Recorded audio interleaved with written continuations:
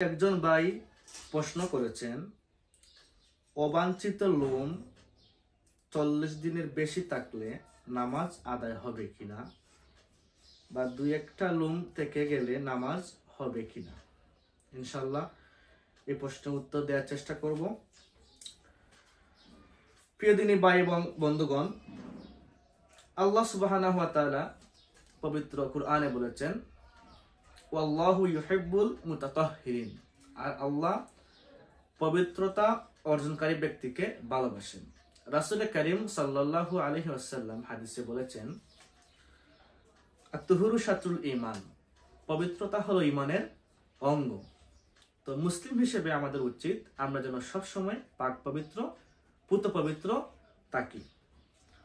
তো নাভির নিচে অবাঞ্ছিত লোম, এটি প্রত্যেক প্রাপ্তবয়স্ক নারী পুরুষের উচিত সময় মতো এগুলো কেটে ফেলে দেয়া।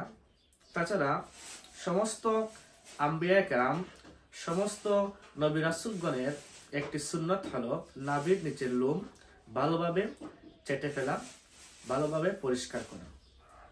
তো এখন প্রশ্ন হচ্ছে, যদি 40 দিনের উপর এই লোম থেকে থাকে, তো আমাদের মধ্যে অনেকেই বলে তাদের নামাজ কবুল হয় না। এই বিষয়ে হাদিসে কি আছে আমরা সঠিক তথ্য জানার চেষ্টা করবো ইনশাআল্লাহ। তো দেখুন, হাদিসে এমন কোনো ভাষ্য নেই যে 40 দিনের উপর নাভির নিচের লোম থাকলে তার নামাজ হবে না, আর কুরআন তেলাওয়াত হবে না, এরকম ভাষ্য নাই। তবে 40 দিনের উপর লোম থাকলে তার গুনাহ হতে পারে, তার একটি এই যে পবিত্রতা অর্জনের এই মাধ্যমটি হাসিল না হতে পারে।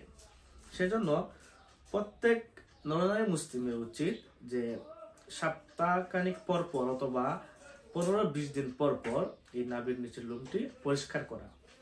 তাহলে সে আল্লাহর নিকট প্রিয় পাত্র হতে পারবে, পবিত্রতা অর্জন করতে পারবে। আল্লাহ পাক বলেছেন, আল্লাহ পবিত্রতা অর্জনকারী ব্যক্তিকে ভালোবাসেন।